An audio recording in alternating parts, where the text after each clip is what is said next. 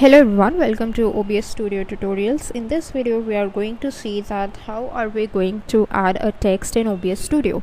So suppose there is some video that's playing, there is some audio, and in the between you want to add some textual instructions. So how are we going to add that? That's exactly what we're going to see. So first of all, go to sources and click on the plus icon and select this text GDI plus. Now you can name it to anything, but what is a common thing that we need to do to avoid confusion is naming it exactly what our text is gonna be. So suppose I want to add my website name. I want to add a website name, say www.google.com.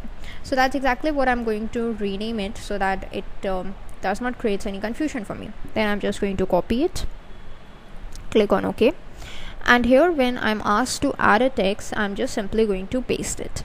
Now once you do that, you will be able to see the preview on the screen. There are a bunch of options through which you can just select the way it is looking, like its font and everything. So you can just do the customization as per your wishes, like the size, the font that is getting displayed, everything like that.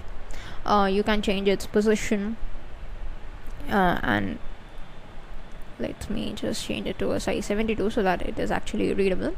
You can change its position, its size, its color. Let me just change it to a different color.